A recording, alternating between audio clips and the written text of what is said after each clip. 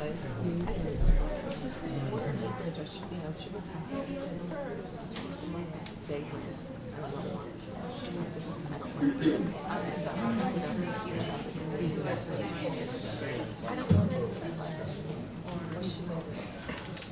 Oh, did you do that? But she said it's not Stephen. Oh, from the Freeholder comments. She was at 30. That's what I'm asking later. I just don't know. Exactly. I did mention.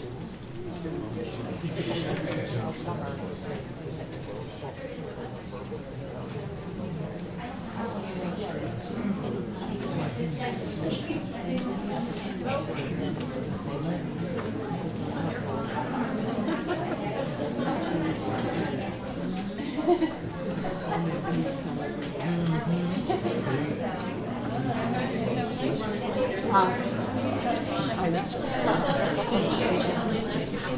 But we'll make sure you get all needed for the next meeting. We teach and that is the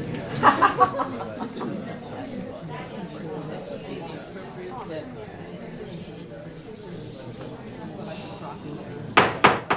Good evening, everyone. I call this meeting of the Burlington County Board of Chosen Freeholders to good order. Please rise for the flag salute and remain standing down. Allegiance to the flag of the United States of America and to the republic for which it stands, one nation, under God, indivisible, with liberty and justice for all. At this time, I'll ask everyone to observe a moment of silence for our fellow Americans in Oklahoma and all the suffering that they've gone through these past 2 days.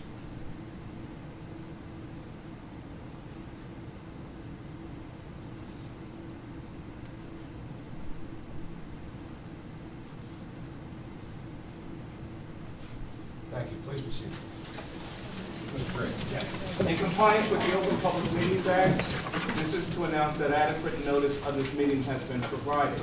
Also pursuant to the 2013 rules and resolutions of the Board of Chosen Freeholders of the County of Burlington, time shall be set aside on the agenda for the receipt of public comments. Public comments will be received with respect to agenda items prior to board consideration of resolutions to be adopted.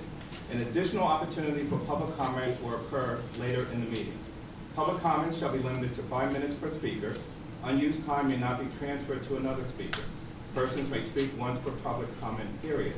I direct the Deputy Clerk to enter into the minutes of this meeting, this public announcement, and the advance written notice of this meeting. Freeholder Artis. Present. Freeholder Belgard. Here. Freeholder Howard. Present. Freeholder Schwartz. Here. And Freeholder Director Dodd. Here. Thank you, Mr. Gray.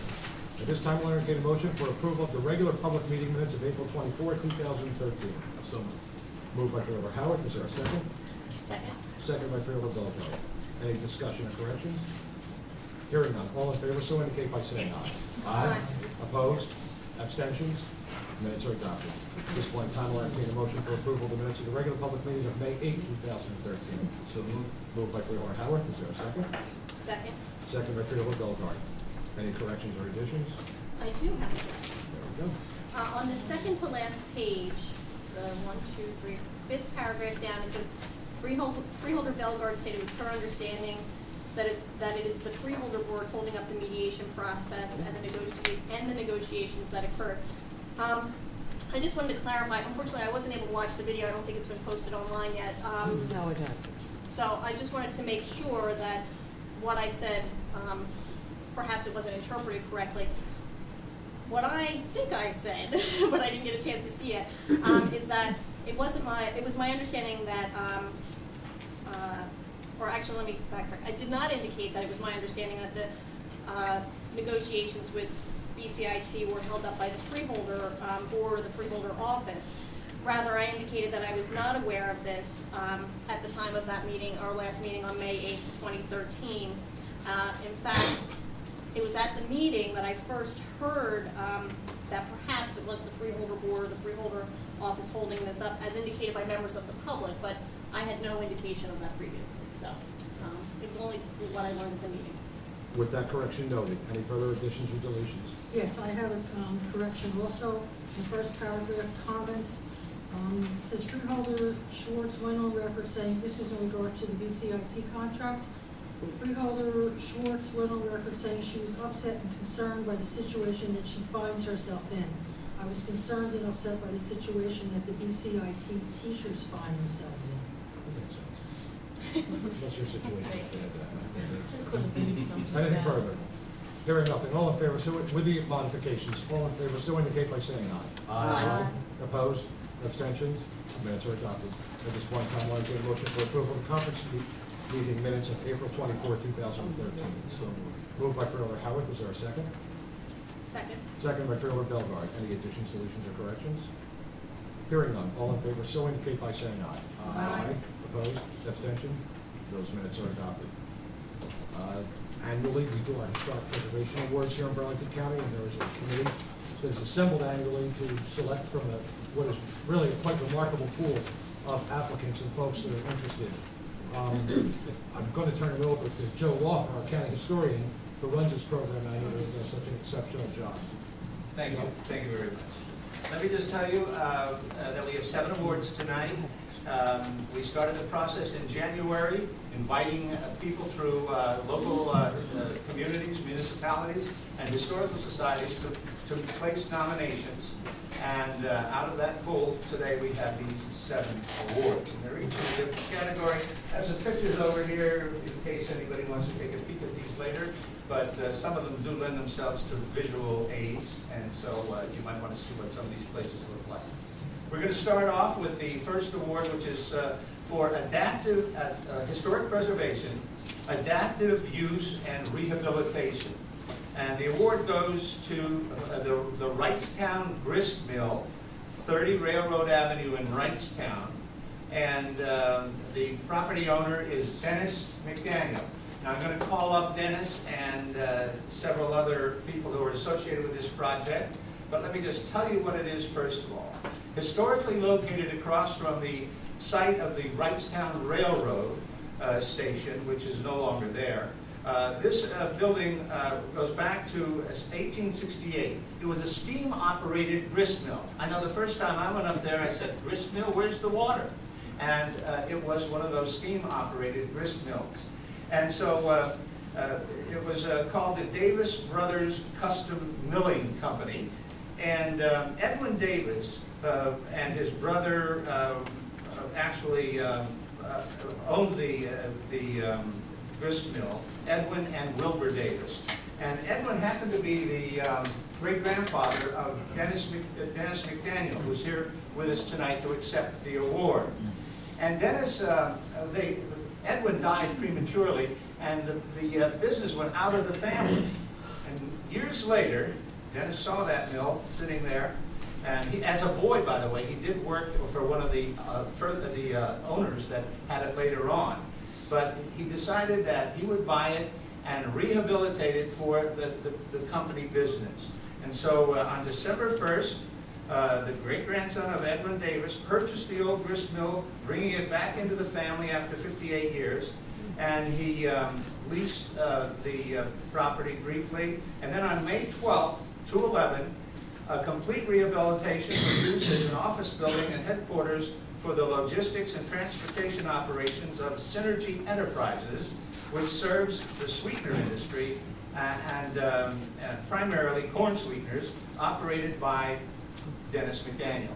So I'd like to have Dennis come forward, and with him, the architect. Let's have, first of all, Tom Harper, mayor of Wrightstown, is here. If he would come forward. Ed Gansell, the general contractor. Eric Million, the architect. And then the McDaniel family is here. If they would all come in here and file in behind us, or wherever they can fit. And we'll make the presentation. Let's. Okay. The 213 Historic Preservation Award for Outstanding Accomplishment in Adaptive Use Rehabilitation.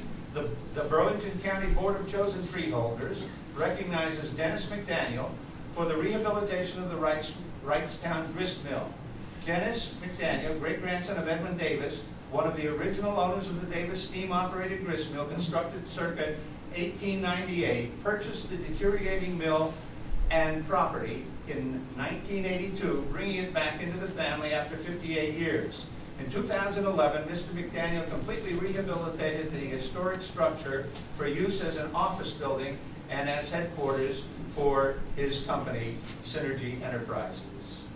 Okay.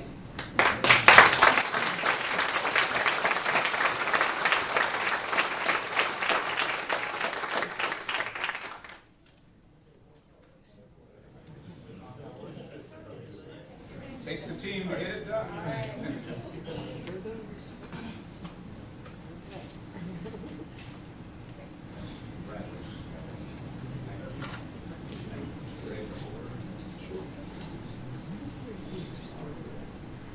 Well, thank you, Mr. Donnelly, and thank you, Freeholders, for doing this. It always helps to have a little encouragement with these projects.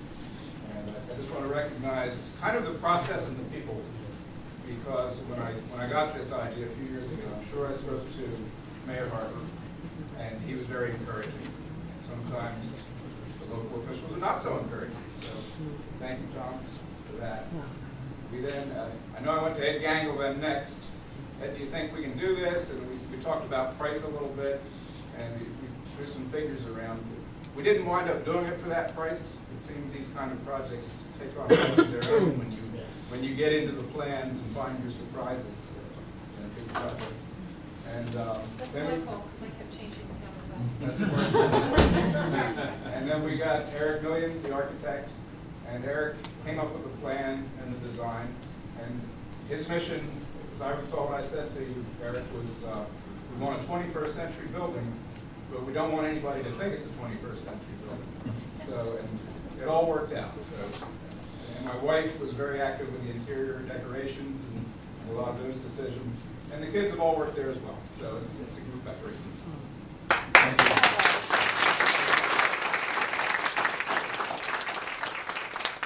One of the reasons for these awards each year is to raise awareness of the public and local communities to continue to preserve these historic buildings for us. And that's one of the primary reasons for going to these efforts, to encourage people to submit nominees. Our next one is for a public structure, object, or site. The award goes to Woodland Township Historical Society for the rehabilitation of the Woodlawn Cemetery, Route 563 in Chatsworth. If we could have come forward, Carolyn Tice, the Vice President of the Woodland Historical Society, Clarence Tice, a trustee, and Diane Suey, who is the treasurer. Come forward, please. And I'll be telling the folks about, basically, in a summary form, what they did. This cemetery is right on the main drag through Chatsworth, and it was obscure. No one ever recognized what it was. Just a couple of tombstones over there. Well, it had no identification, and so the Historical Society and members of the community decided that they're going to make it stand out. And so they created a wrought iron archway over the entrance, and also did some fencing along the sides to match that. It was a community effort, cost about $18,000, and it was all done by private donations. So it's a fantastic effort to preserve the history of this very historic cemetery. So the whole community is to be commended for this. Paul? Okay, and I have a copy of it here. Let me just read the certificate, and you'll know. I got it. Oh, you got it. Great. The Woodland Township Historical Society initiated a beautification project funded by private donations aimed at cleaning up the historic community cemetery, documenting information about citizens interred there, and constructing a suitable and identifiable wrought iron entrance, way, and fencing, thus raising the community awareness to its historical significance. Congratulations.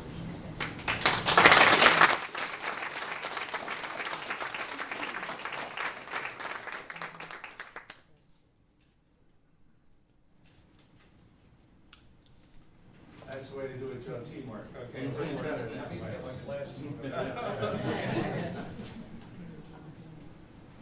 All right, the next one is for archival records and documentation. It goes to the Tabernacle Historical Society.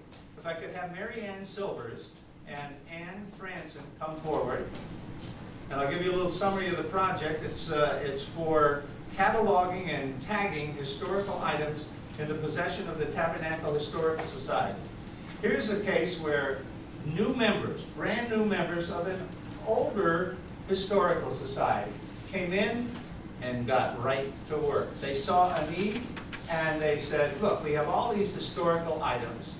Let's catalog them and let's do it very systematically. And since they're both ex-teachers, they knew exactly how to organize things.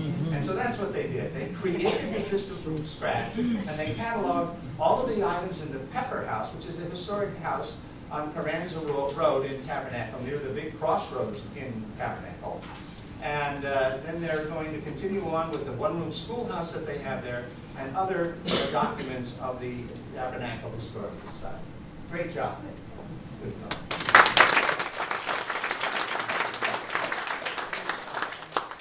Upon joining the Tabernacle Historical Society in 2011, new members Ann Franzen, Mary Ann Silvers, and Peg Pitney saw a need and immediately went to work, meeting every Monday throughout the spring and summer of 2012 to clean, catalog, and tag artifacts and documents in the historic Pepper House on Carranza Road. They created a cross-reference cataloging system from scratch, which will serve the Historical Society and the residents of Tabernacle with excellent records as they continue their efforts at the historical one-room schoolhouse and other locations.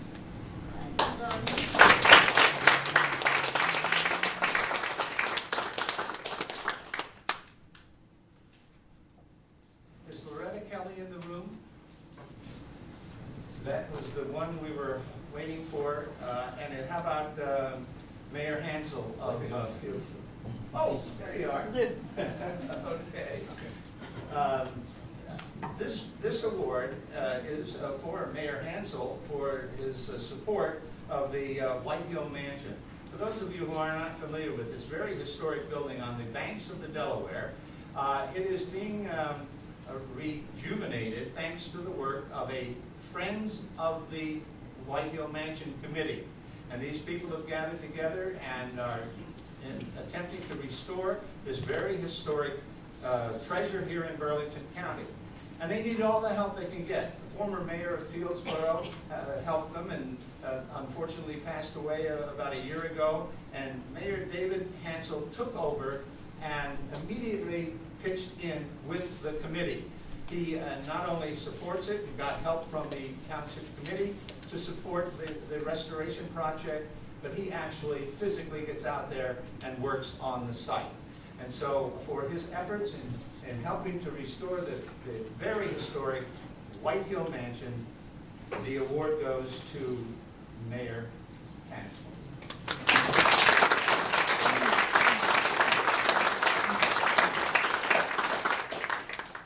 Mayor Hansel's role as cheerleader for the White Hill Mansion project has been an inspiration to the entire community to pitch in and support the preservation of this unique community treasure. His leadership and example includes personally participating in physical labor of the site and encouraging the Borough Council to allocate funds for additional insurance in order to open the mansion for fundraising events and support the project and overcoming obstacles which could have derailed this project in its infancy. This award commends Mayor Hansel as a key supporter and driving force behind the White Hill Mansion Preservation Project.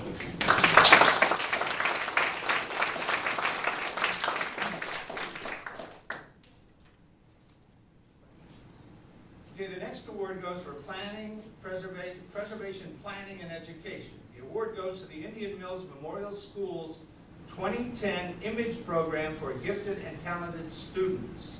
And the project is the preservation of the Dr. James Still Family Cemetery site, and the nominating party is the Indian Mills Historical Society.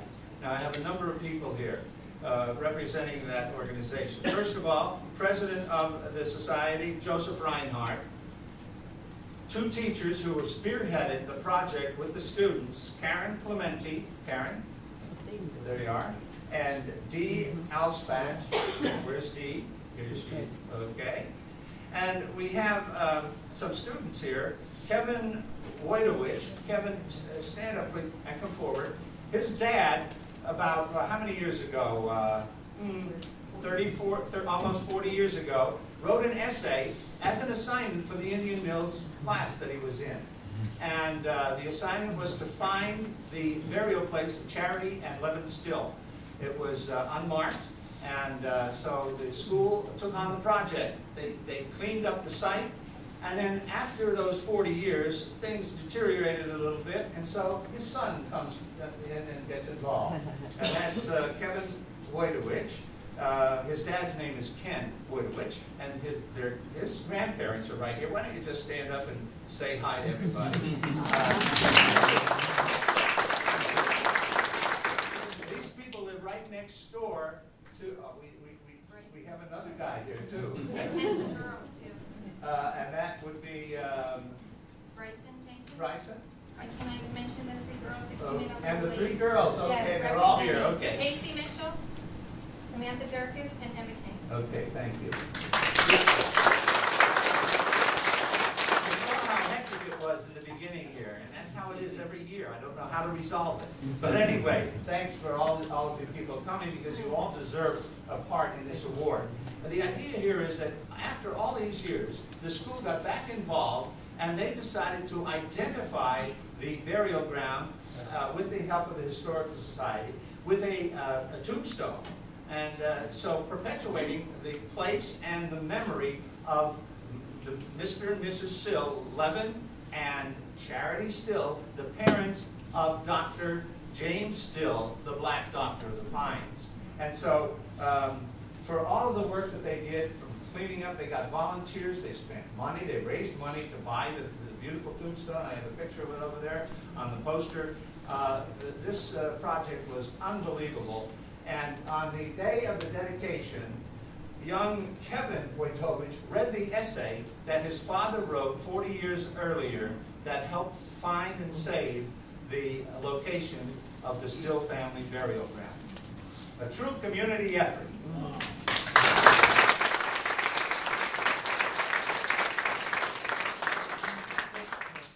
Continuing a tradition begun in 1975 when Indian Mills Elementary student Kenneth Wojtowicz wrote an essay about Chemung's Still family burial ground, inspiring classmates to adopt the site as a class project. Another generation of 25 4th and 5th graders in 2012 set about to rediscover the unmarked site and raise funds to purchase a headstone honoring the parents of Dr. James Still, Charity and Levin, and other family members. With the help of teachers and other residents, they cleared the plot of overgrowth, installed the monument, and held a dedication on May 9, 2012, in the presence of members of the Still family, fellow students, and the community of Chemung, thus ensuring the memory and contributions of this famous Burlington County family. Congratulations.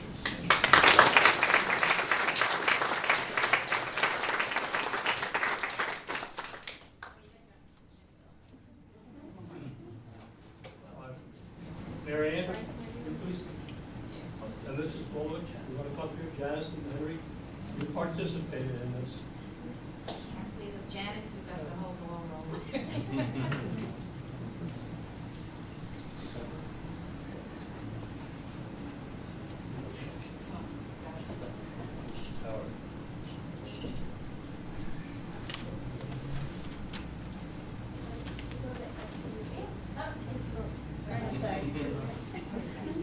Okay. Thank you.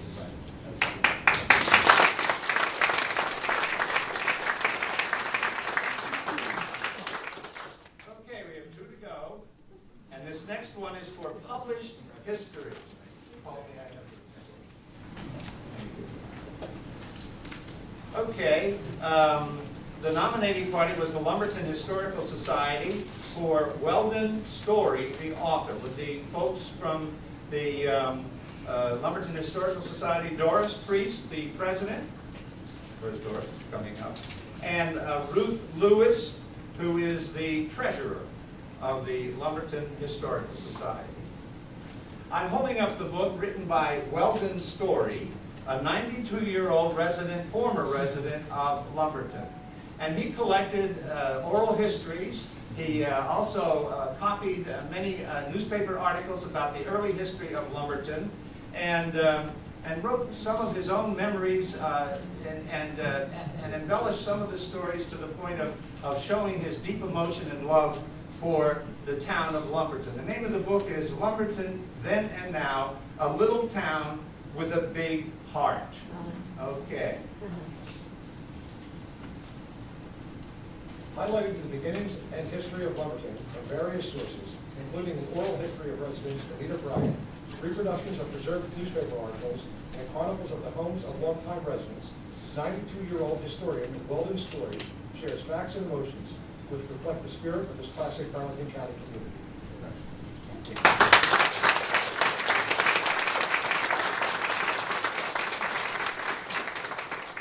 Now, the officers of the Historical Society are going to present that certificate to Weldon on Monday at the Memorial Day Parade in Lumberton. He lives in Bucks County now, but he's coming over for the parade, and they're going to have a special part of their ceremony. He doesn't know he got this award yet, and so he'll find out on Monday at the Memorial Day Parade, at a special second ceremony. You're not doing anything. I know, it's a rough day for everybody. Okay, our final award is for achievement and leadership, and it's going to Terry Schmidt of Washington Township. And Terry, come forward. And with you today is Dan James. And Dan, you want to just stay where you are, Dan? Okay. And Dan is also a committee man in Washington Township. Politicians don't like to get up in the line. And so, this is a wonderful story too. If you've ever been to Baxter, you may have run into this lady behind the counter, right? She works for the state and actually is one of the persons in the bookstore and welcoming people to Baxter all the time. But she's also a citizen of Washington Township and a very generous citizen. What she's done, and this is why she's getting the award, for salvaging, organizing, conserving, and arranging Washington Township's official records. She actually has taken all of the information. She's a historian in her own right, an amateur historian, but she's been very much involved in finding the records of Greenbank and Lower Bank and other communities in the Pine Barrens there.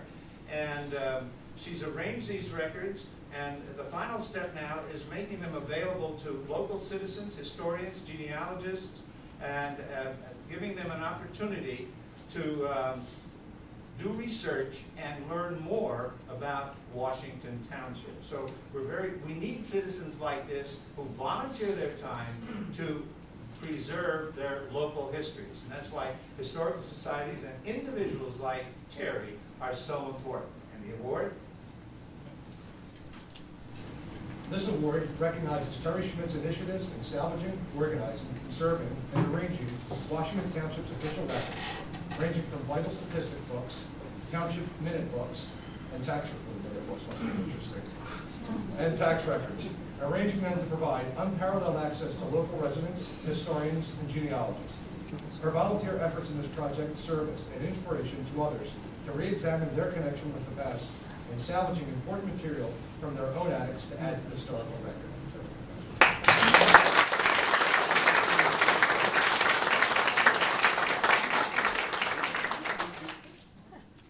The gentleman behind the scenes is Paul Schopp, another historian from Burlington County. He's very much involved in the history of Burlington County. He and Dave Kimball, the former county historian, and I were the judges in this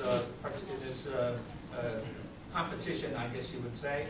And we're very grateful for you being here tonight, all of the people who are recipients of the awards, and for the general public bearing with us to remember that this is Preservation Month, and history is an important part of our county, and we are doing everything we can to preserve it and let the rest of the county and the rest of the world know about this very special spot in history. Thank you.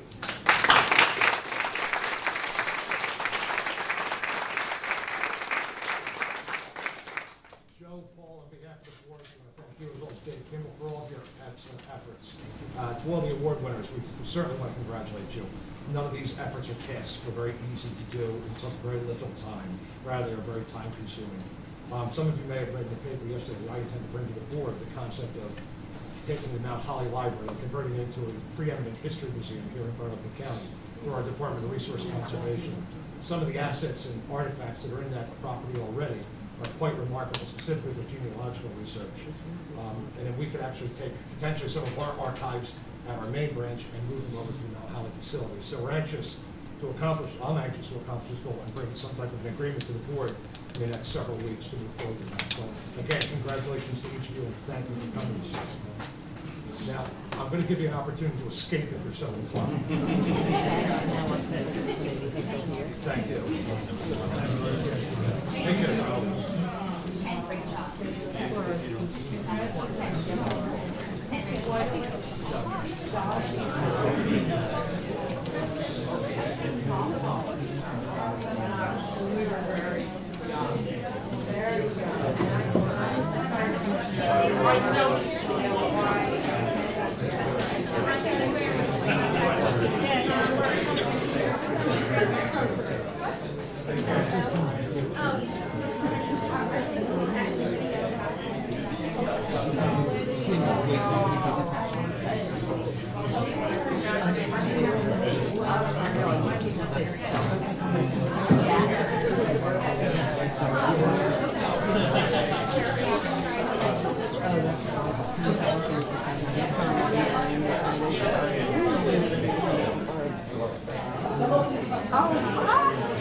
That's funny.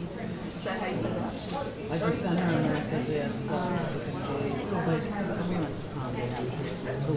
I'm not really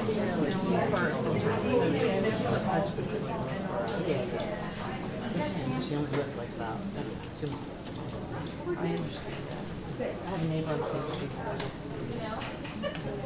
Right, next on our agenda, this year we added a segment where periodically to expose the residents to a greater understanding of what county government is responsible for. We will bring a department head in, or ask the department head to come and talk about each of their departments. This evening, we will have Mary Pat Robbie from the Department of Resource Conservation give us a presentation.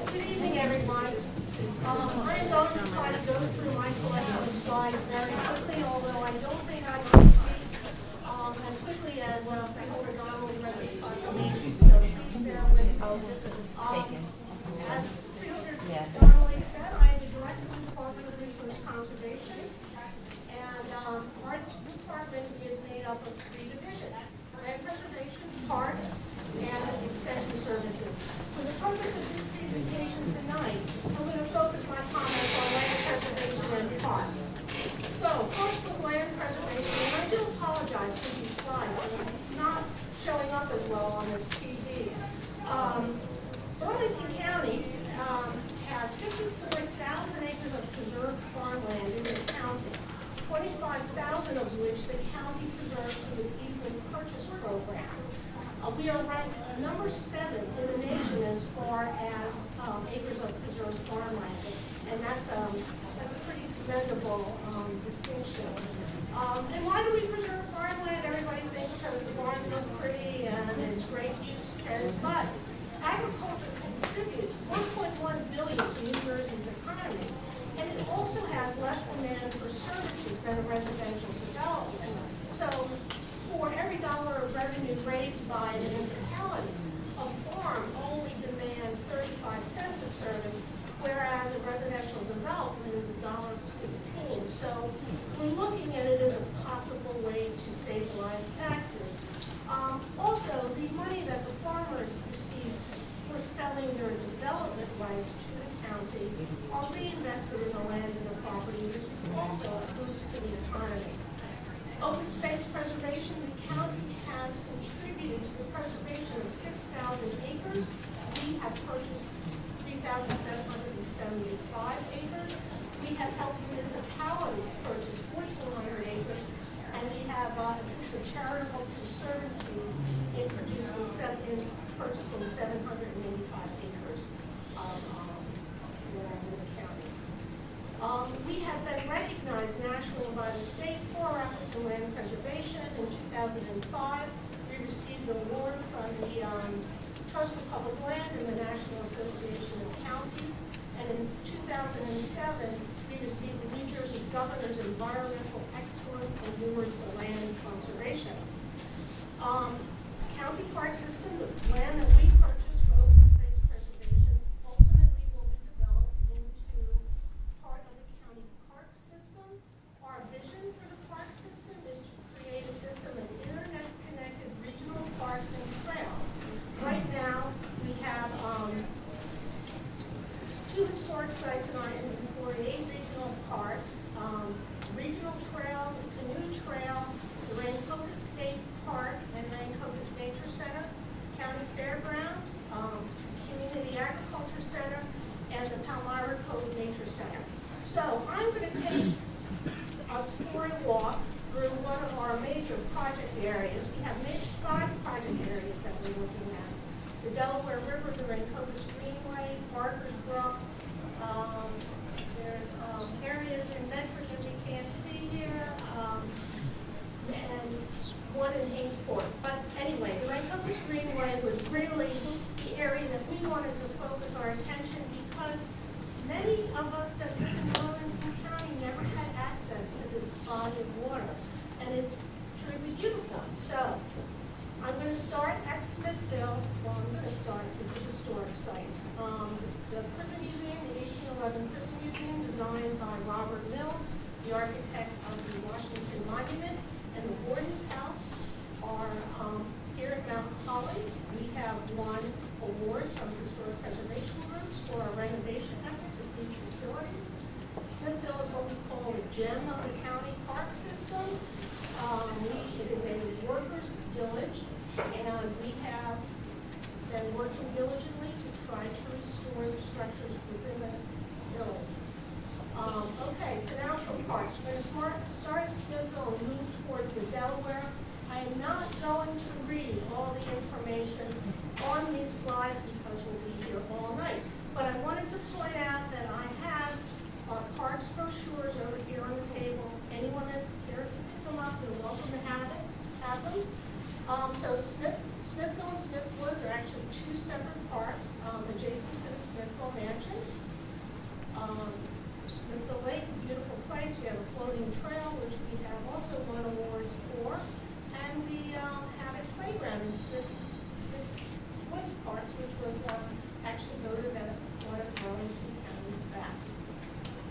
Longbridge Park is in Hainesport, also another playground with another park with a playground. Beautiful views of the creek. We have just executed a management agreement with the state for management of 127 acres of Rancocas State Park in West Hampton, including the Rancocas Nature Center. And prior to that, we had a memorandum of agreement with the state to manage the 600 acres of Rancocas State Park that's in Hainesport Township, adjacent to our Longbridge Park.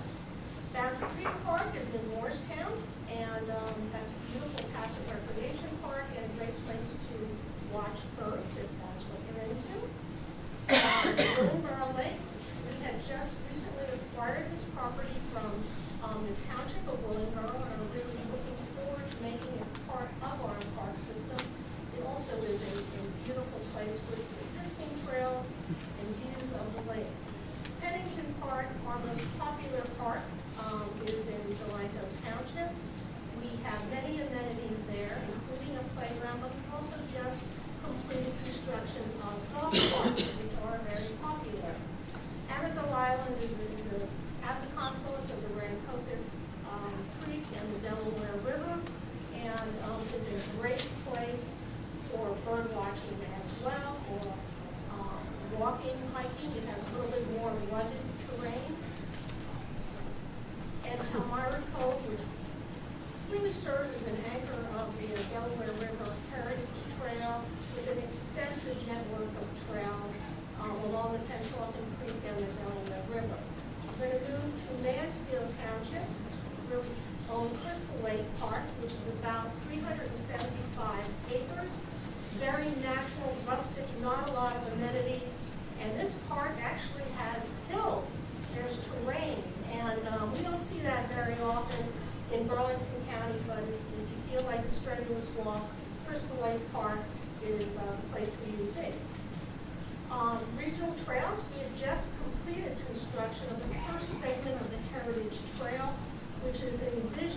a trail that will really circle around both sides of the Delaware.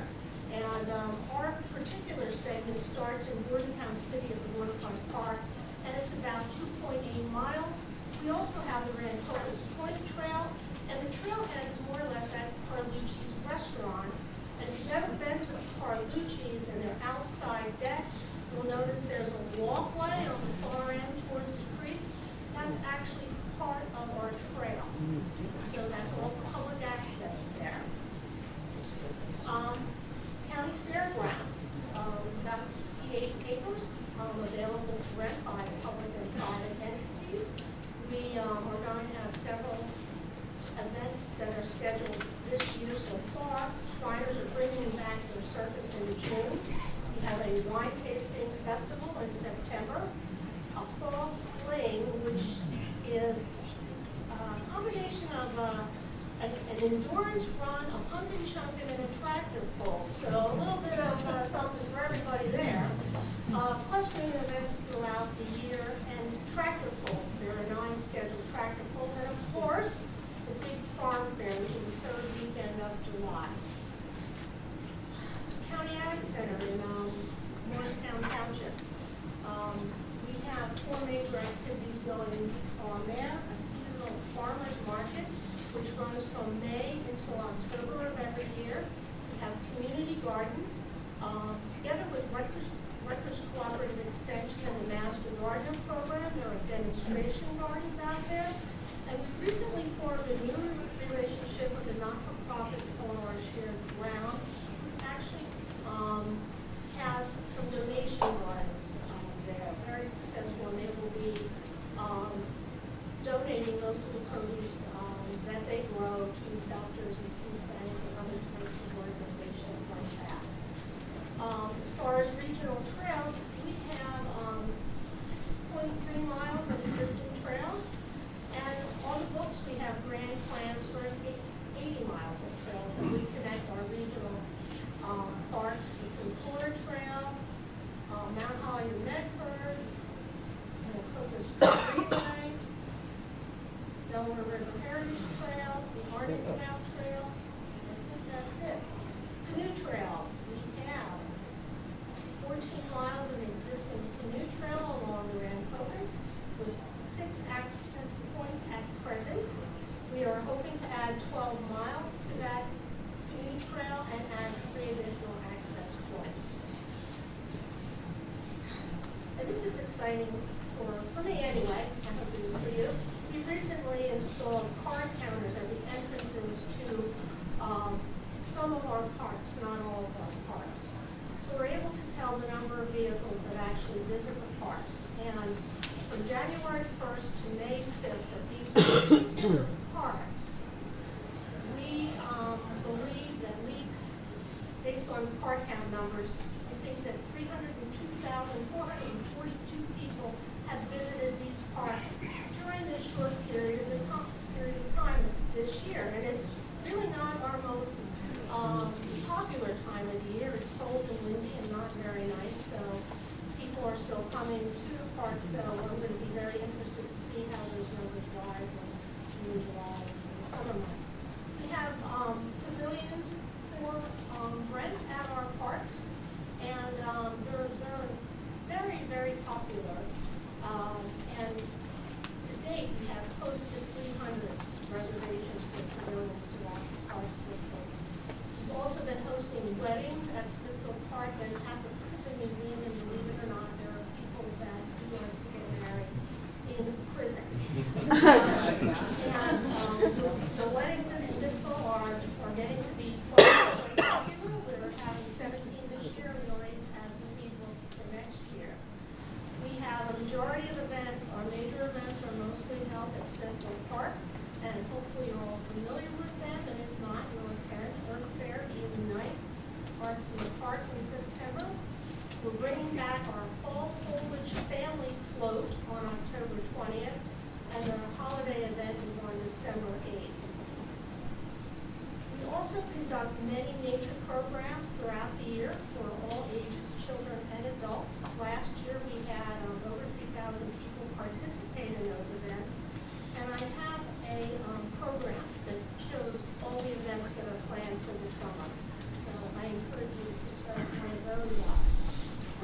also been doing a little bit more with art galleries and existing structures. We've been having art shows at the Smithville Annex for many years, but we recently renovated one of the workers' houses at Smithville, and we're having some exhibits there, and at the Warden's House in Mount Holly. And we're excited to announce that soon we will have an Underground Railroad Museum permanent exhibit out at Smithville. The Freeholders also fund a grant program, and they give out $5 million in grants each year to municipalities for active recreation programs. And 39 of the county's 40 municipalities have participated in that program, and we have 25 projects that are now very complete. So that's been a great program for the towns that don't have the money to really fund their active rec programs. The county's focus is passive recreation, and we're leaving it to the towns to take care of the active rec needs of the municipalities. What are the future plans for the Department of Resource Conservation? For the next 2 years, we are hoping to preserve more farmland. We take applications in rounds. In 2012, we had 7 property owners apply, and we're hoping they all take our, accept the offers to purchase. That will add another 1,400 acres to our inventory of preserved farmland. Our farmland preservation plan that we adopted in 2008 calls for a target of 1,000 acres a year, and we're really hoping at the end of it all to have 70,000 acres of preserved farms in the county, and we're hoping soon to open up the 2013 round of applications. We have a few preservation projects at Smithville. We have a series of workers' houses that we would like to renovate for various uses. If you're not familiar with Smithville, it was an industrial village, and we have remnants of what was the factory at Smithville, and that wall is crumbling down faster than we like to think about, so we're going to need to do something to stabilize that. We have 3 major park development projects in the works. Crystal Lake, the Anderson Farm in Grand, and Willingboro Lakes. And predominantly these improvements are going to focus on access, making it easier to get in and out of these parks, and find parking. The Anderson Farm in Delran has not been open to the public yet. We have some environmental issues we're trying to address, so we hope within the next year and a half, that will be open for public to visit. Regional trails, we're going to look at doing a small 3-mile portion of the Tempora Trail that would connect the Mansfield Community Park to the Springfield Municipal Complex, and also the Arnie's Mount Trail, another opportunity for topography. A 9-mile segment of trail with a trailhead up Arnie's Mount, which is not, I don't think, the highest section of Burlington County, but pretty close to it. Our Community Agriculture Center, there's a farmhouse there, and we would like to renovate that into a commercial kitchen. That will open up the opportunity for us to do cooking demonstrations, canning demonstrations, that sort of thing in that space, and we desperately need a new roof on one of the barns. The Freeholders just approved a 4th round of municipal parks grants, so those applications will be due into us in June, and we're hoping to award those grants by the end of July. So where does all the money come from for us to do all of this wonderful thing? The voters of the county approved a dedicated levy of up to 4 cents for these type of activities. So that's where most of our funding comes from. And we also have cost share partners in the state of New Jersey, Green Acres, and the State Ag Development Committee.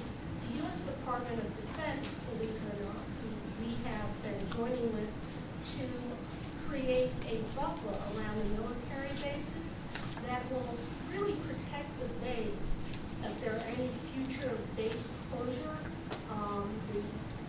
Secretary likes to save those bases that have undeveloped land around them. And in the case of an Air Force base, if a plane coming in had to dump fuel, it's nicer if the area that it's dumped on is open land and not people's houses. So that's been a very good partnership for us. And our local towns help with our farmland preservation program. And we've been extremely successful in attracting dollars from these organizations.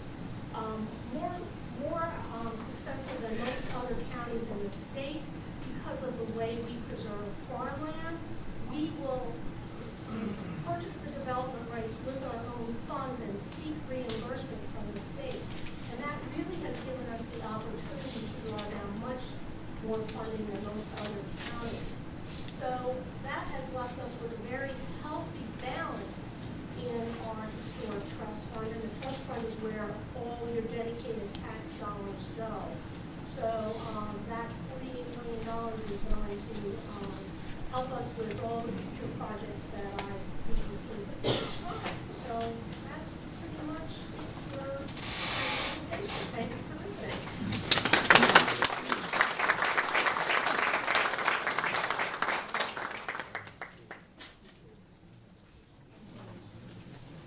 Thank you very much, Mary Pat. That was great. At this time, I'll open the meeting to the public for comments on agenda items. I'm going to work from this list first.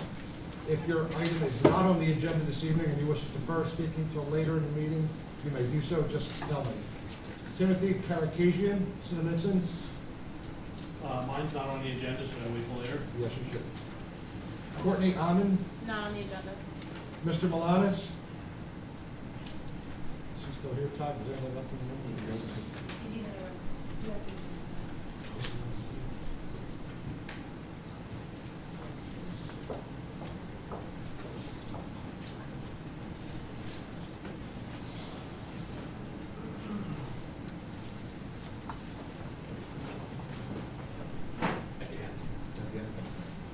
Kim Burns?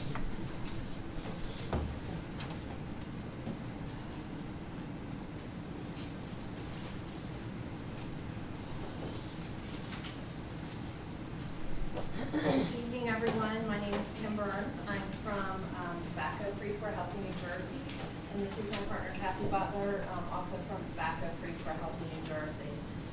First, I want to thank you for proposing the resolution for tobacco-free parks in Burlington County. You may be aware that several townships are also following suit in Burlington County, and we're extremely pleased with that.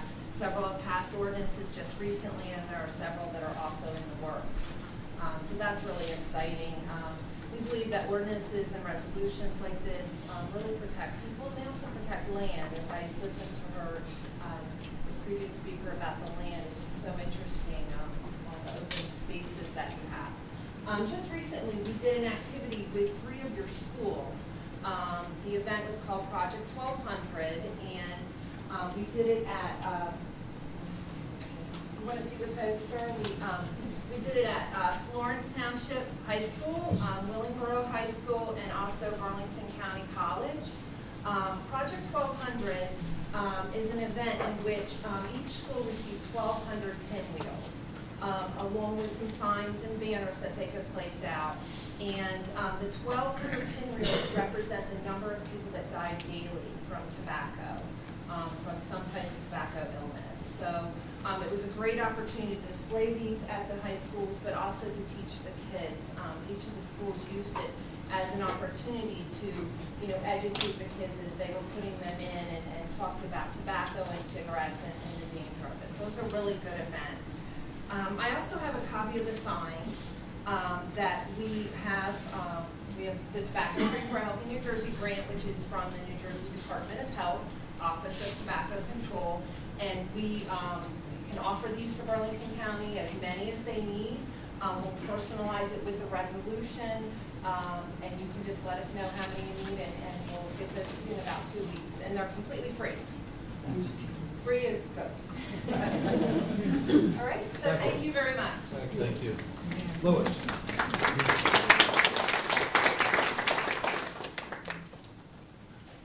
evening. Joseph Freeholder, Burlington County.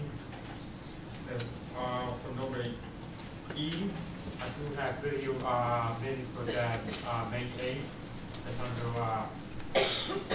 Jessica got a name tag, it's JESSICALYNNHATTCH1@gmail.com if anyone wants a video minutes. Second question is question number 5, 8, and 9. Number 5 authorizes the board to reject or authorize certain contracts made to the purchasers. Which one is rejected? Would you try anything rejected? Yes, there was one rejected, it was the single string, there were 4 awards. Why the rejected as single string? Over engineer's estimate. Again, a second bid. And for number 8.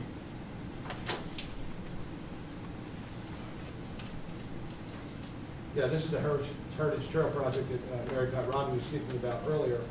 The construction contract actually came in less than was anticipated. Therefore, there's a change order reducing the value of the contract by $5,402.23. And for number 9. Can you speak this, Mr. Benke, for the clerk? Yes, it's taking the tax board from a paper process to an electronic process and making the county clerk's office, the surrogates, and our tax board all on the same electronic system so they can share information together.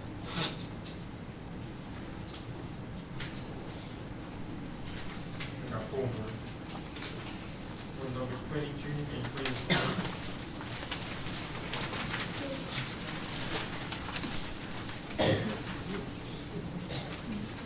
Joe?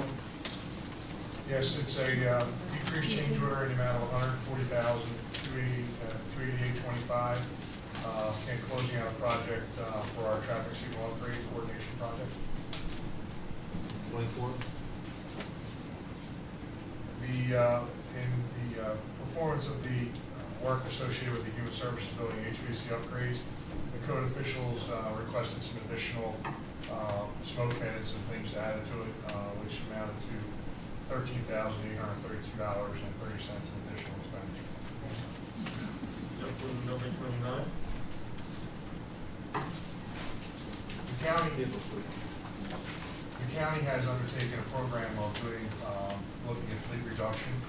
We have, as part of that first phase, we're going to be replacing 84 vehicles with 62 new vehicles. Mainly they're public safety vehicles, Department of Corrections, Sheriff's Office, prosecutors, engineering, as well as public safety, fire marshal, things like that. For number 30, what's the fine of the people who violate this ban of smoking on our county property? I don't know if there is a specific, it's not that we're gonna go out and arrest people. There is no penalties for it, and we just hope it would be good news. Okay. For the last one, 33.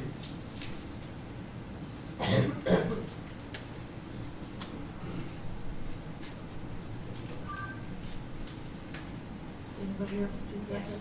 This is the health department's preparedness grant that we get from the New Jersey Department of Health to maintain the preparedness services that we have at the health department.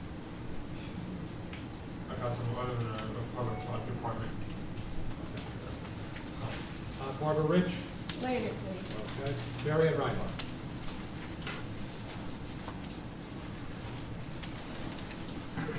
Good evening, Mary Ann Reinhardt, 124 Woodford, Shaw, New Jersey.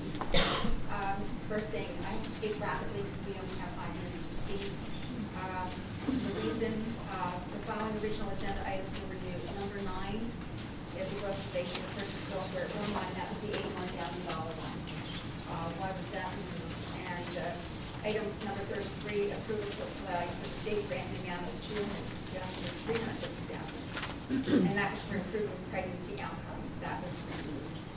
Reasons for those. I think I'll just ask the questions and then you can give me the answers changes that I'll be in charge of my final minutes. Sounds like a plan. Okay. Revised agenda, item number 28, authorization to complete any necessary repairs to County Bridge C4-44 Walton Road, Mount Laurel. Did we do work on this bridge before? And do we have a contract and did that go out for an RFP? Item number 2 on the revised agenda, names and the appointments, the bond counsel, financial advisor, printing services. This item does not include the reservation agent, as does number 3. Item number 3, names of appointments, bond counsel, financial advisor, paying agent, dissemination agent, printing services.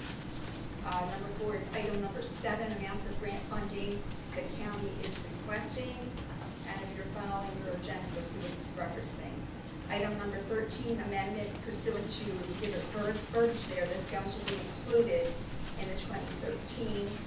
When did the commission request this change, and why wasn't it included in the last round? Item number 20, amended agreement. This is an increase for how much? An amount of the original agreement. Item number 21 is amended agreement. Is this an increase? How much? An amount of original agreement. Item 22.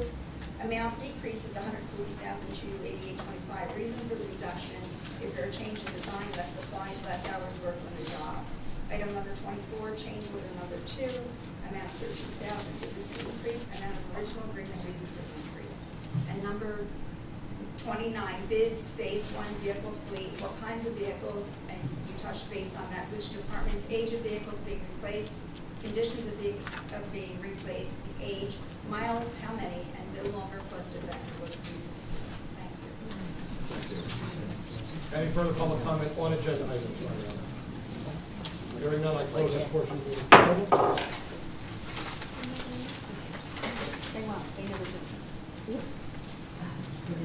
At this time, I move to unanimous consent to resolution items numbered 1 through 9. Is there a second? Moved by Freeholder Donnelly, seconded by Freeholder Howard. Any discussion? Yes, if we could please remove items number 1 and 8 from the consent agenda for further discussion. Move that. I'm moving that. I'll second that. All in favor, so indicate by saying aye. Aye. Opposed? Abstentions? All right, numbers 1 and 8 have been removed from the consent. Okay, thank you. Mr. Troy, on number 1. We meet again if we hope. What's that? We meet again. Yes, we do. Although I do think that my lists are getting smaller each meeting, but maybe that's just my thought. On page 12, and I apologize, I did not highlight mine, so I have a separate list, so hopefully it goes well. Page 12, and I might be mispronouncing this, chart form, $71,684.99. Yes, Holder, this is engineered, this is design construction of Riverton Road at, I believe it's Perry Boulevard and Grand Junction.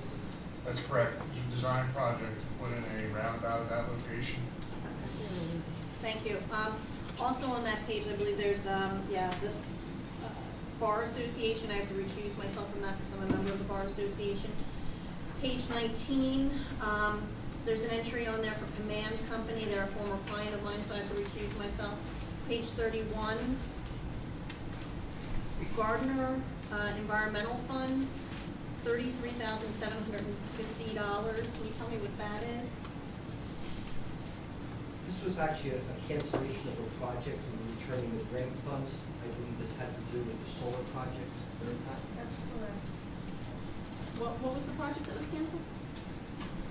We had gotten this grant to do energy audits of certain farm properties and to look at possibility of solar.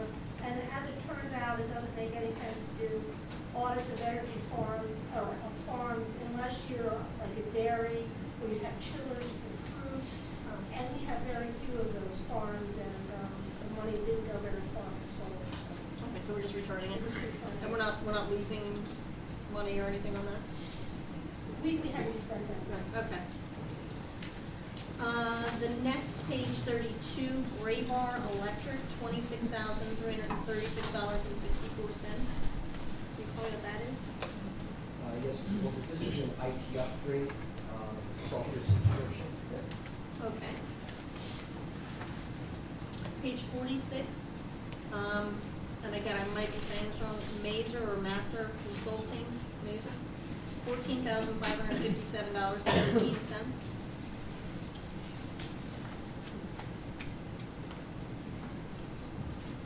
46, Freeholder, page 46? Page Yes, I 46, have it it's here. about midway.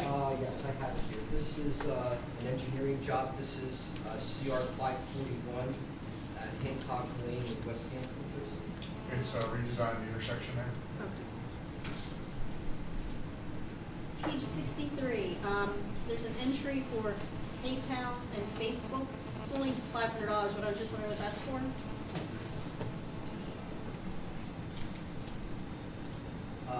Basically, when people click on now onto our website and they click on, there is a cost to that. I don't know if it's like a penny a click or something. We've done it through PayPal because they don't accept county purchase orders or invoices or vouchers. So one of the methods of paying it is through PayPal. So are we actually, is the county's actually putting out Facebook ads or something like that? Because I'm a pretty avid Facebooker, and I know you don't pay unless you're putting it out as an ad or something, putting something out as an ad or something like that.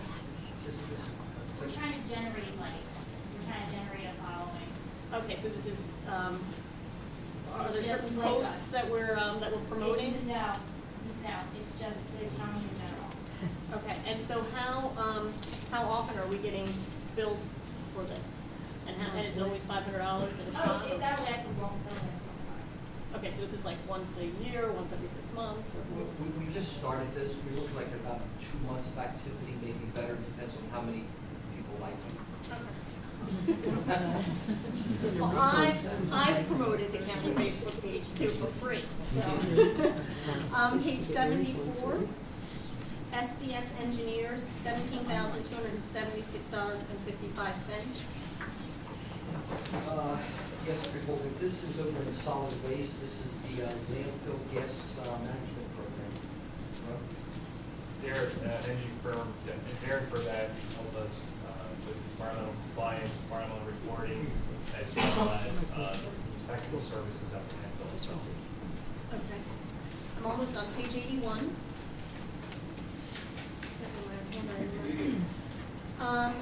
There's an entry on there that says reallocate Smithville expense, $3,841.32. Can you tell me what that is?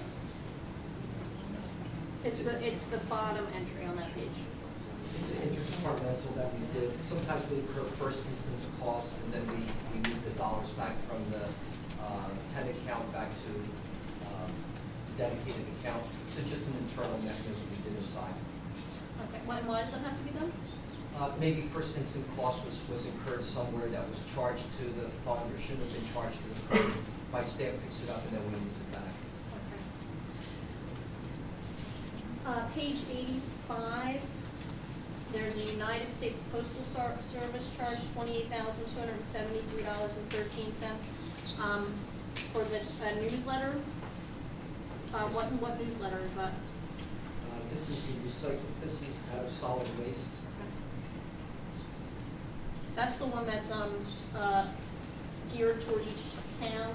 Like I know I get the one that says like Edgewater Park and here's what you can and can't recycle. Is that what that is? I believe it's for the newsletter that just started going out today. Okay. But I'm talking about the right thing, right? It's the one that says like you can recycle this, you can't recycle that. Yes, it's recycling awareness is what's. Okay. And then finally, on page 92, there's an entry for the YMCA, and I have to recuse myself from that because I'm on the board of advisors. That's all I have. Thank you, Freeholder Dogler. Any further questions on resolution number 1? I have some questions. On page 24, there's a $800 to Jefferson Funeral Home for a burial. Who did we bury? Why? I don't know the name, but it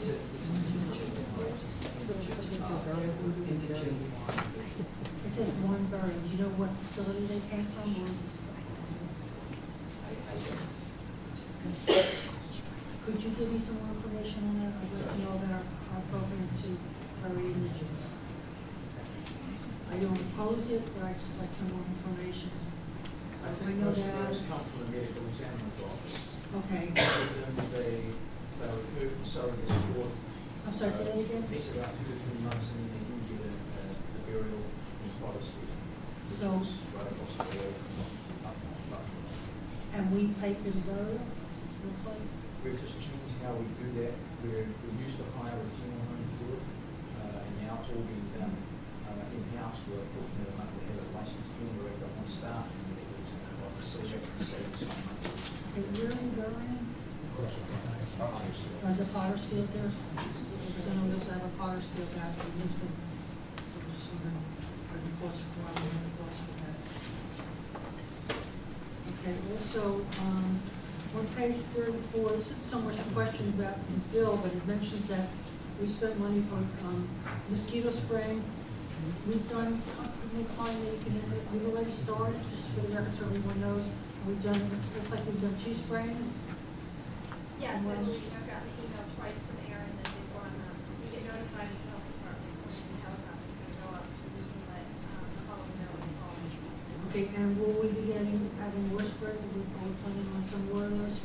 Yes, there will be more spraying, but it's based on, the traps and what they're seeing in the mosquito population, and determine where they're spraying.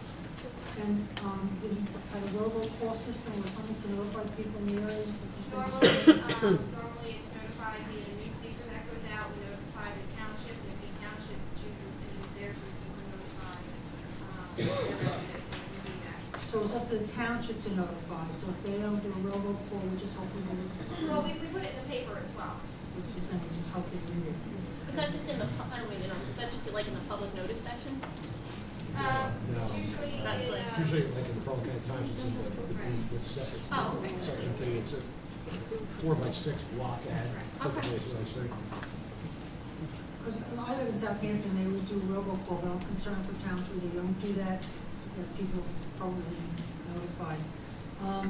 Also, on page 76 at the very bottom, it says, state tax, sanitary landfill. We get taxed even though we're county. For solid waste going into the landfill, the haulers, the people that are generating waste, bringing it in, we collect the tax and then turn it over to the So it's state. not our money? It's not our money. Okay, and then, finally, I don't want to take too much more time, in the expenditure list on page 12, there's some time for, the health department overtime. I was wondering, where we're incurring overtime in the health department for what activity? most of our overtime for the health department comes from 2 locations. One is our, From the what? from 2 different departments. We have a hazmat technician and a registered environmental health specialist that are on call 24/7, and so they do get beaver pay for the week for the union contract. And they get called out. Our hazmat technicians get called out anytime during the night. Same with our registered environmental health specialist. And then lumped into that also is overtime from the medical examiner's office.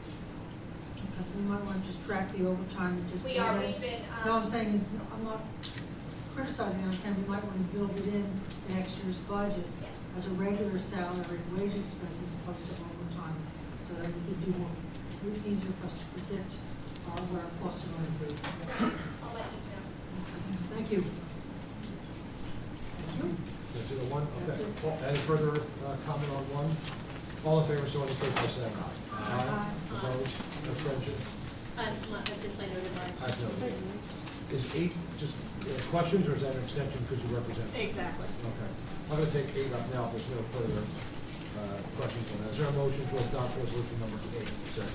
Is there a second? Second. Moved by Freeholder Howard, second by Freeholder Carter. All in favor, so indicate by saying aye. Aye. Opposed? Abstentions? Abstains. Okay, resolution is adopted. At this time, well, I've already moved for unanimous consent on the other items, so we moved it, we second it, let's vote it up. All in favor, so indicate by saying aye. Aye. Opposed? Abstention? Resolutions are adopted. Freeholder Carter. At this time, I like to move for the unanimous consent of items number 10 through 18. Moved by Freeholder Carter, is there a second? Second. Second by Freeholder Howard. Any questions? Hearing none, all in favor, so indicate by saying aye. Aye. Opposed? Abstentions? Resolution is adopted. Freeholder Goldberg. I would like to move for approval, resolution number 19. Thank you. Moved by Freeholder Goldberg. Is there a second? Second by Freeholder Howard. Any discussion? Hearing none. All in favor, so indicate by saying aye. Aye. Opposed? Abstentions? Resolution is adopted. Freeholder Howard.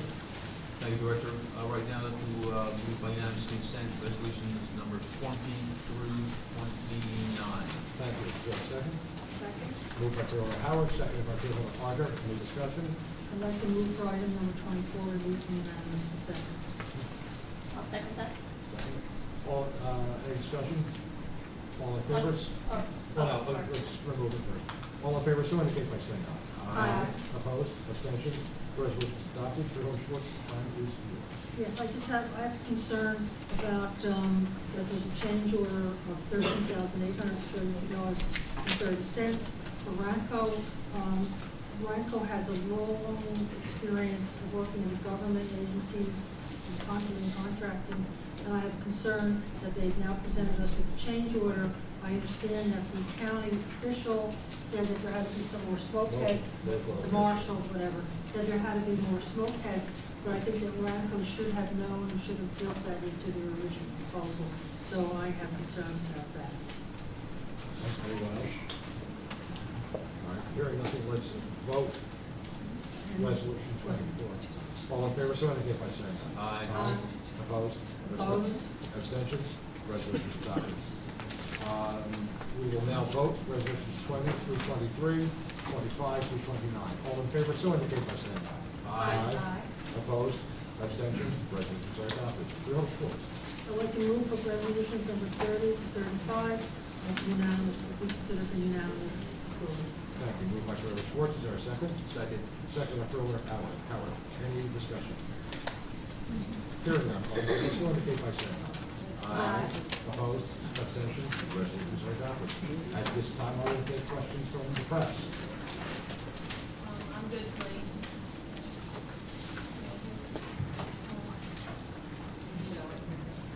Thank you very much. At this time, we'll take public comment on any item. I'm going to go back to the list though and work from there. And then when I'm done, anybody else wants to speak, just raise your hand forward and speak. Timothy Caracation.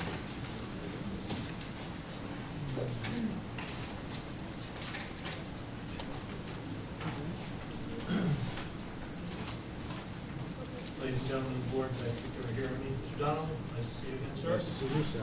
I'm employed with the Burlington County Department of Corrections.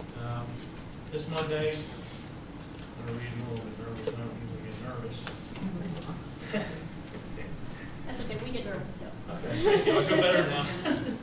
I know that my being here and speaking will have negative repercussions, but this needs to be addressed.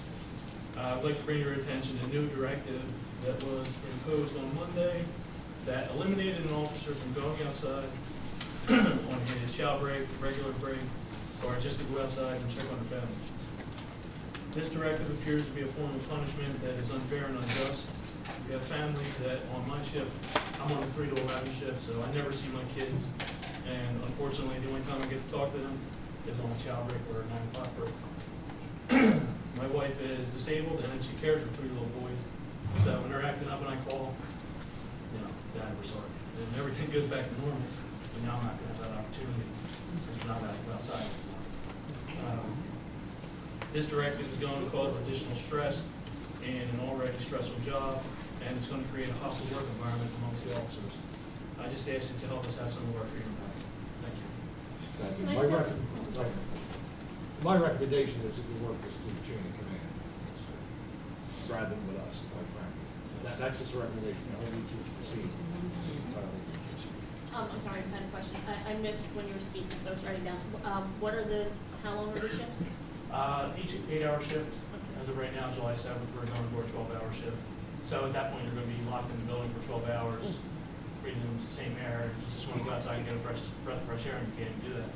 We do have to, on Monday, it was told to us that we had to notify our supervisor that we were going out, and they had to give permission. It was told to me today that that is no longer available, that you're not allowed outside at all.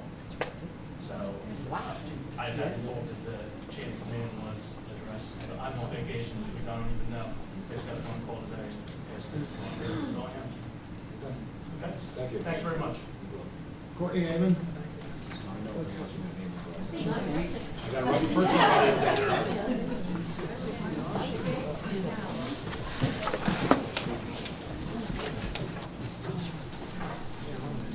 These faces I know, so that's okay. Good evening, Freeholders. My name is Courtney Amon. I'm a resident of Mount Laurel for the past 2 years.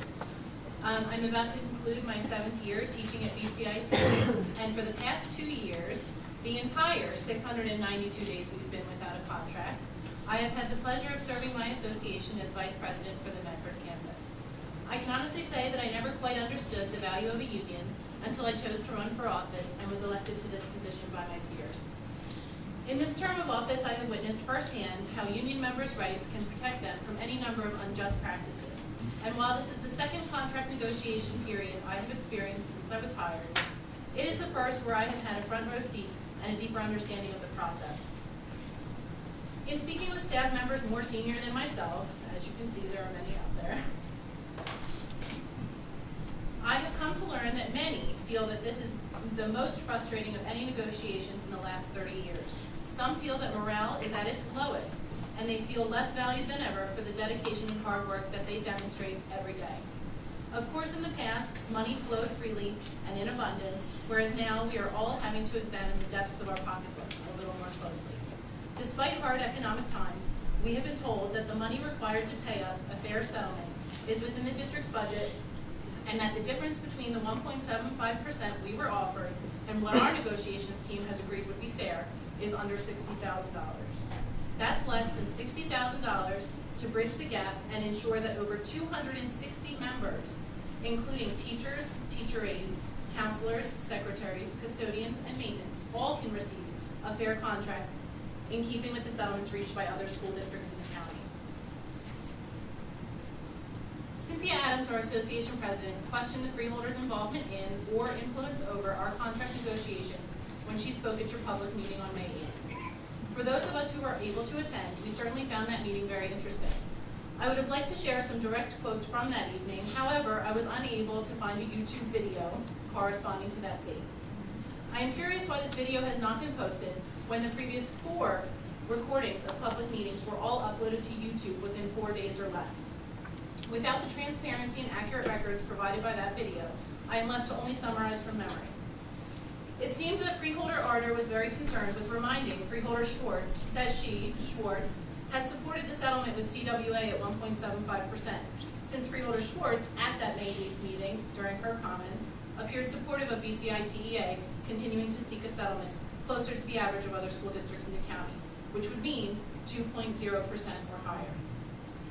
This brief discussion was followed by County Administrator Drayton insisting that the only person responsible for our contract negotiations was Dr. Donald Lucas. However, that was not until after he mentioned that the 1.75% and its perceived fairness was based on the settlement with the largest bargaining unit in the county, CWA. My main concerns stem from these comments at the end of the public meeting on May 8th. Upon Mr. Drayton's suggestion that we speak directly to Dr. Lucas, our president, Cynthia Adams, stood up and made the phone call to him immediately. The response we received from Dr. Lucas was that he would speak to the Board of Education and get back to Mrs. Adams the following day. Well, the exciting news we received on Thursday, May 9th, was that Dr. Lucas had no new information that would settle the stalemate. You can imagine our disappointment. We certainly plan on bringing our concerns to Dr. Lucas and the Board of Education publicly at the BCIT Board of Education meeting on Thursday, May 30th. But we would like to be able to refer to accurate comments made by the freeholders. Will the recording of the May 8th public meeting ever be posted? If not, would the freeholders all like to explain on the record one last time that they are not involved in our negotiations and that if our district can afford to settle with us for more than 1.75%, that the Board of Education does, in fact, have that power to do so without any influence or interference from the Freeholder Board or any concern for what settlement other county workers have received. After all, we are not CWA. We do not work for the county college. We work in a high school environment with high school students, the future of our county, every day, dealing not only with their academic struggles, but also with their emotional well-being. As such employees, we would like to reach a settlement that is comparable to what other employees the same work in other school districts throughout Burlington County have received, and the data suggests that 1.75% is not a fair and equitable offer. Finally, will the recording of this evening's meeting be uploaded to YouTube? And if so, how quickly can we expect to see it on your public page? If people are too busy, both BCIT campuses have TV and digital media production shops whose students and teachers would be all too happy to help. Thank you.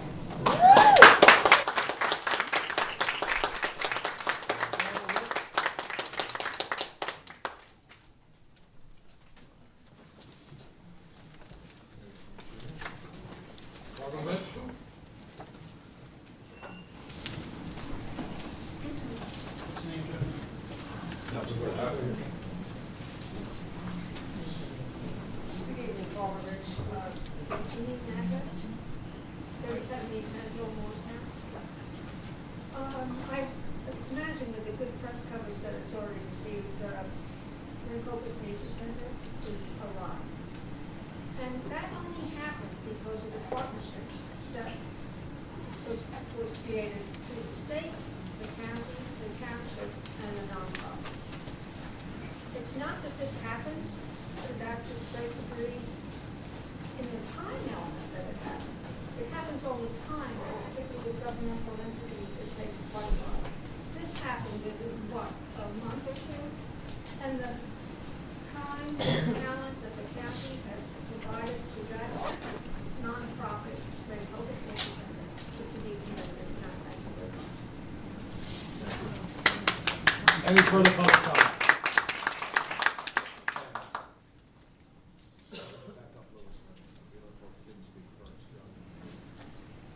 Thank you. My name is Jacqueline Greenwood-Lee. I work at the Burlington County Board of Social Services. I live in Burlington.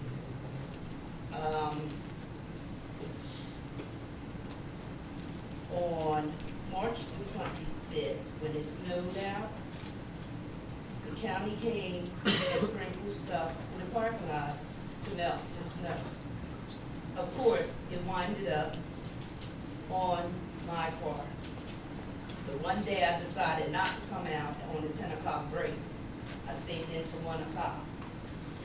Now I called and left a message on the supervisor, Tim, on his answer machine the next day about the situation here with my car.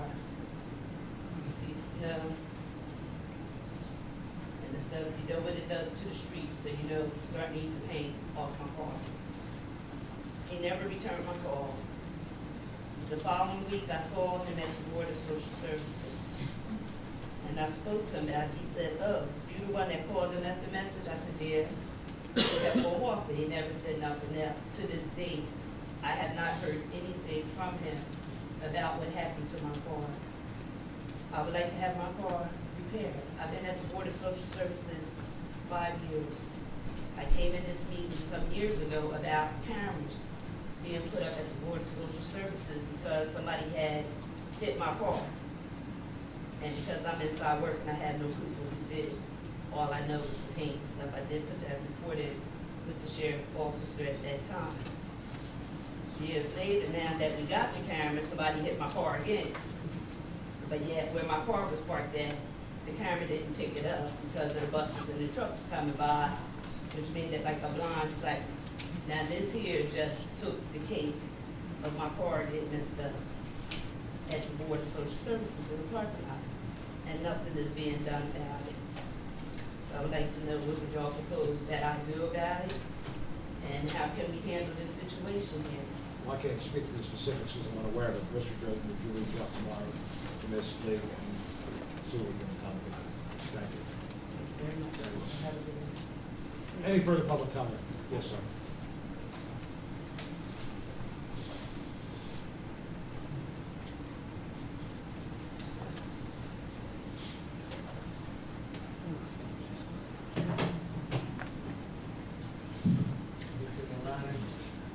Ford Drive, 604, Los Angeles. I just came here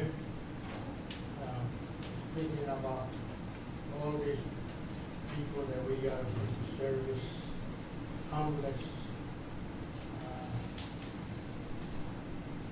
We have people that, one guy went to our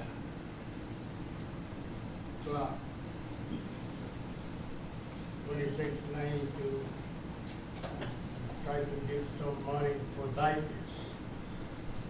And they say he retired early service, and he don't have no money. He came to our club.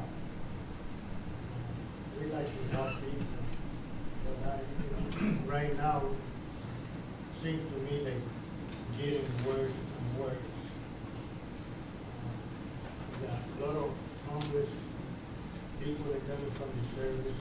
They've been in the war. I was in the war 3 years, 2 wars. But now, the problem getting worse and worse. And I'd like to know if the county got an office to handle this people. Absolutely. When they come to us, then we have the address, and then we can send it to you guys, whatever that is. Human Services is going to Walt Tate's office. Yeah, but he claimed he went there, then he talked to me. I think he needs to start there. I don't think they would have offered him. I think he needs to start there. 26 years of service, retired, and they don't have money for pampers, that's sad. It is. No, he needs to talk to Walt Tate. It's really sad. I know I go to my doctor, I pay my doctor, I never go to use the service because before I went a few times, and every time I used to go to Kansas, to Philadelphia, what I get is a hard time.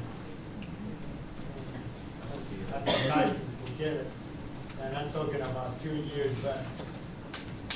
Now they told me that it's getting better, but I haven't been back. I try to handle my problem myself. People like this, I need a place that I can send them. Because they come to our club, and the only thing we can do is just try to make a collection for the people and try to handle a little money from some of these guys. This is getting really bad. By all means, Department of Military and Veterans Affairs, 609-265-5020, Walt Tate.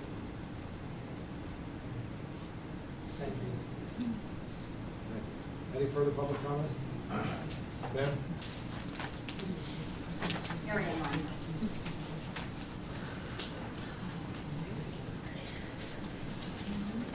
First, I'd like to speak to the awards tonight for the historical projects that many towns participated in, which leads me to address the county trust fund.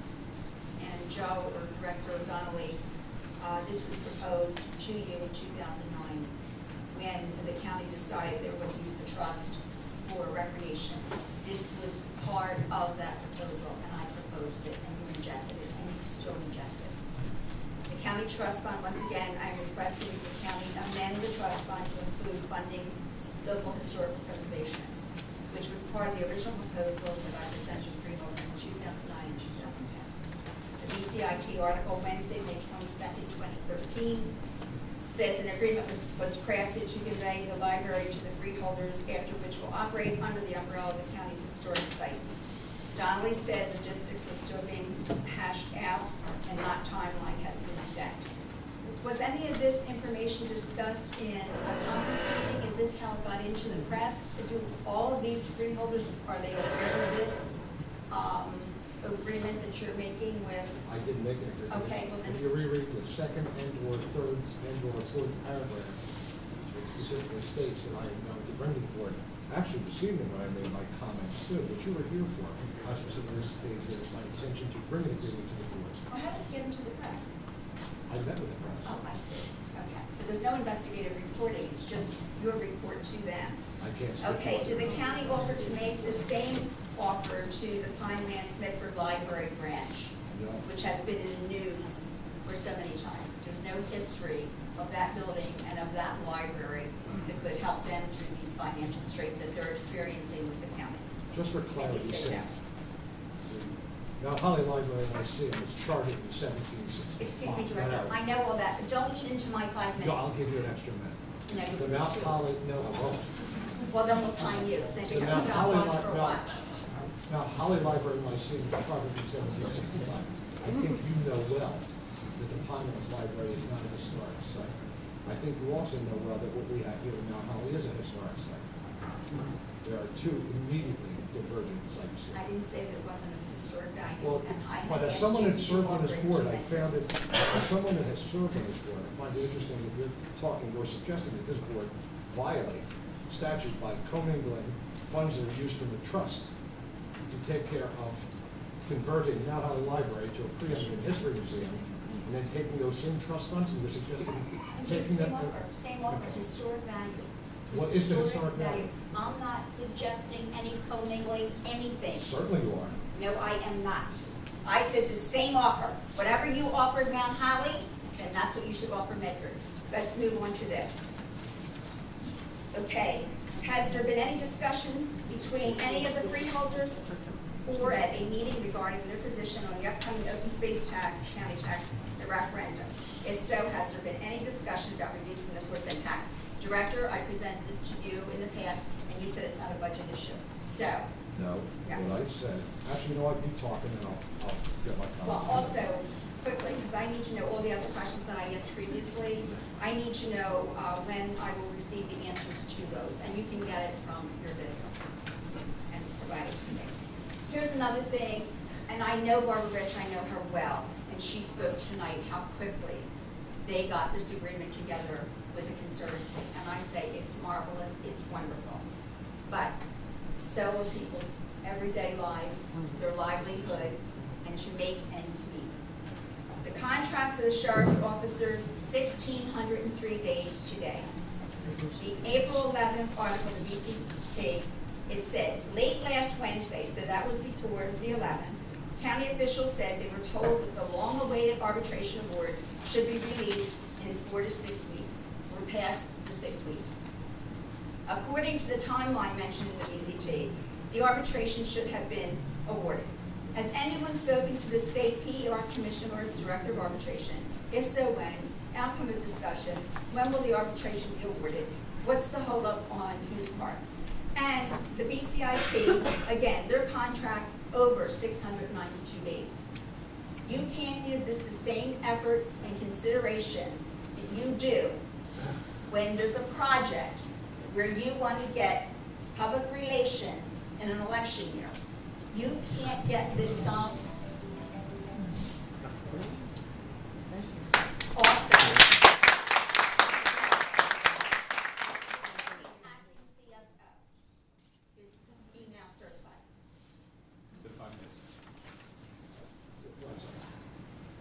Yes, no? No, he's still in process.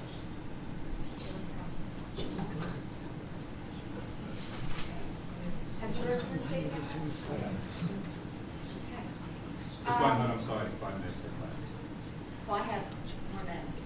Burlington County Community Emergency Oh, you said another Response. minute. You have a minute. Why was it decided to move this unit from the sheriff's office? Shared service, Director Donnelly, why did the county request an RFP for a company to design the county website? When it was proposed before, you said it was too expensive. Why didn't the county engage the services of the college to provide this service, particularly when you're so interested in shared services? Closing, why and who decided to change the freeholder meeting format and why? It is most difficult to follow and it's less informative. Now, did you write that all down so I know my answers? Keep it to memory. Any further public comment? Mr. Lopez.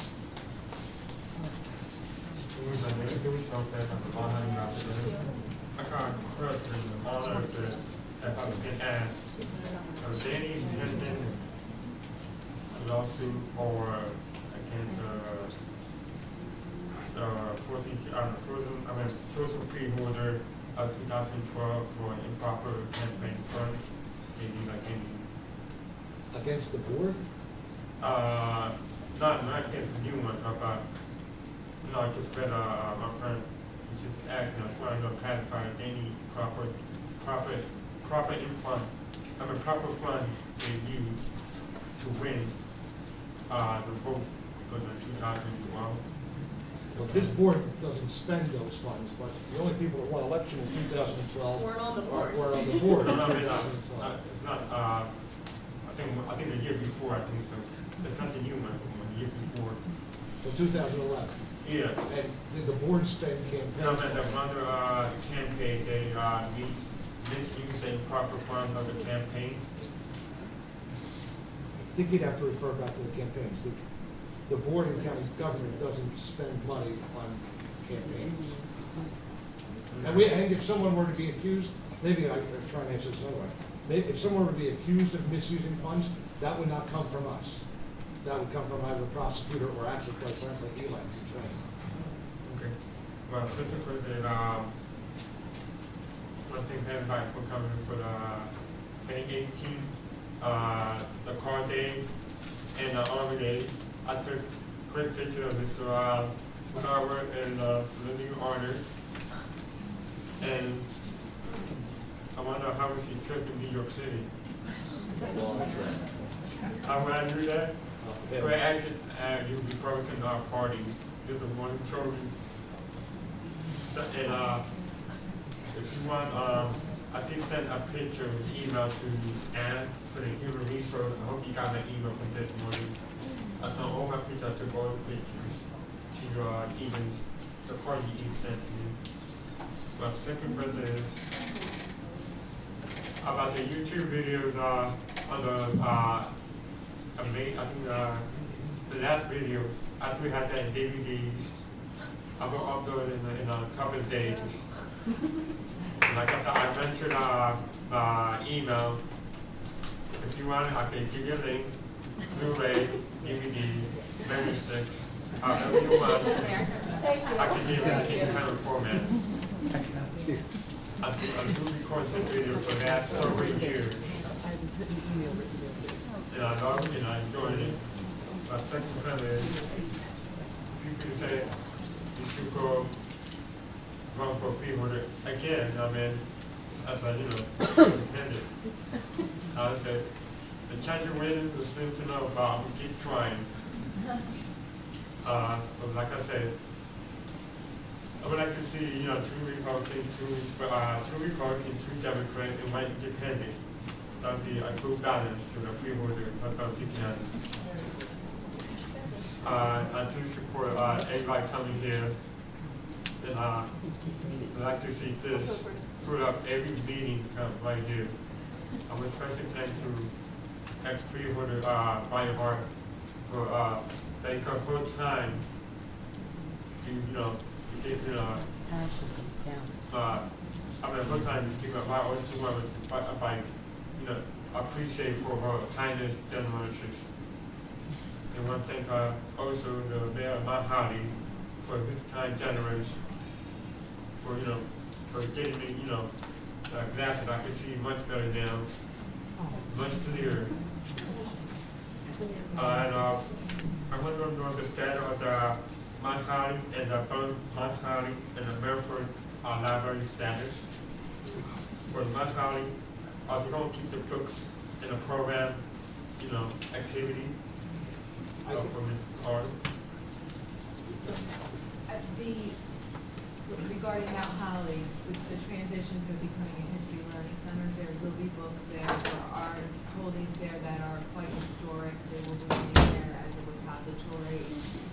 We're still working out the details, but the focus of the collection will be history related in Burlington County, Mount Holly, history related, and that will be the focus. And we will continue having programs there for all ages, but the program's focus will now be on history. And also not considerable, but there's grounds at the mansion that also have environmental value. There was a boxwoods there and boxwood green, so that would be the new focus. And the Daughters of the American Revolution currently meet there. The Local Historical Society currently meets there. They will continue meeting there.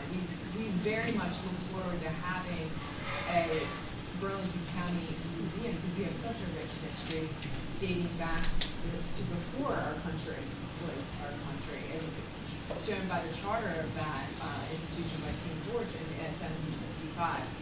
And we have books there from the 17th century. So we're looking forward to getting this implemented and developing this resource and moving genealogical papers from the Mount Holly Library to the Mount Holly History Center. And for the nice computer, it will still be there? The computers will still be there. And the movies and the main section for the movies and stuff is supposed to be there? Of a historical nature, if you want to check out the latest new release, I guess. Yeah, history You stuff. would have to go a mile down the road to the headquarters and check it out there. The one that's currently not had, they're gonna move to Burlington County, West Hampton, library? What is in Mount Holly? The holdings will become historically focused, and it will be a history learning center. So if you're looking to check out the newest bestseller, you would have to go a mile down the street to Mount Holly, to the West Hampton headquarters and check out the new child signal. Well, for the second floor, the third floor is for the Mount Holly Library, you go, the top floor is the library.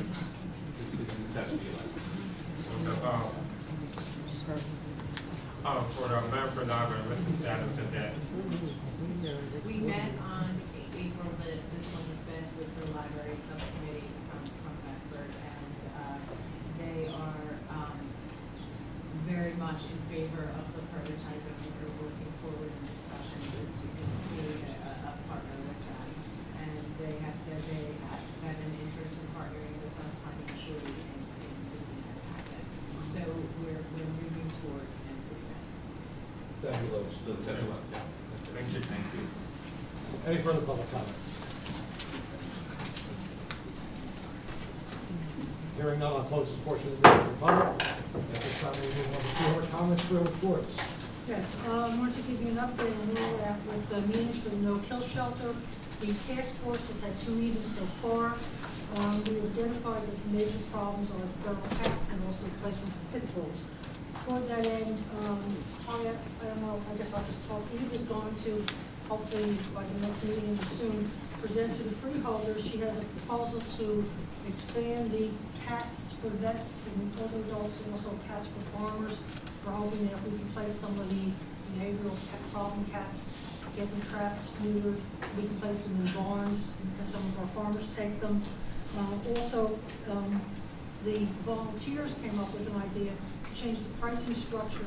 We have lost revenue because of some of the reductions in adoption fees for the hard to adopt animals, and I think we will also be coming up with a proposal, which was suggested by the volunteers, to increase, not by a lot, but to increase the fees for the animals that have lots of people wanting them, like the feral, not feral cats, the Himalayans, the Siamese cats, special breeds, small dogs, Yorkies, ones that we think that we should charge more for them to make up for the shortfall.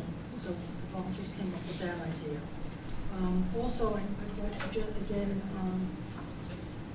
we had talked about moving the freeholder meetings around to other places in the county. I know Freeholder Donovan is looking into that. Sure, we will be doing that. So we will I'm look sorry, for, yeah, so look for where we're going to be going soon with that.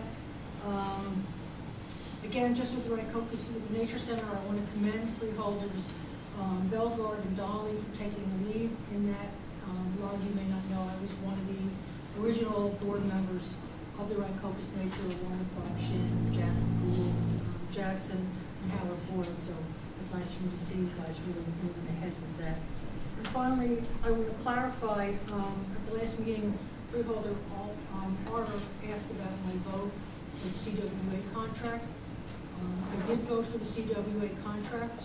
However, I voted for that after both sides had come to a mutual agreement. That's when it came to us. So yes, I did vote for that because both sides had agreed. We do not have agreement here yet. Thank you, Freeholder Schwartz. Thank you. Good evening, everybody.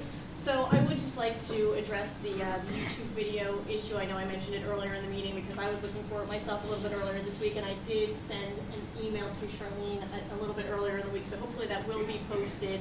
I know that this has been a great service. I've gotten a lot of feedback since we started doing it this year that people really do take a look at those videos, so I think it's important that we get it up quickly. I know when I had volunteers coming in doing the video for us, we usually got it up within 48 hours, so I know that that's not an impossibility. And I would like to thank, I think it's the BCC students who come out and do it for us each time, so I do want to thank the students who come out and videotape it. If we could get it up in an efficient manner, that would be, I think, really helpful for people from meeting to meeting. With regard to the folks from the BCIT who came out tonight, thank you for once again coming to our meeting.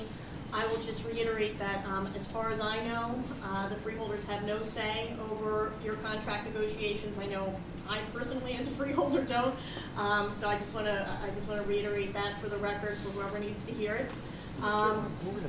Moving on, I want to say that I'm thrilled about the smoking and tobacco ban in our parks. I think it's especially pertinent today. Today happens to be the 100th birthday of the American Cancer Society. So no more fitting day than today to pass a ban that is going to not only make people, but our parks healthier. Just piggybacking on that, I had the opportunity to go down to Georgia. I just returned earlier today because I was down there for an American Cancer Society board meeting. I unfortunately lost both of my parents to cancer, very young ages.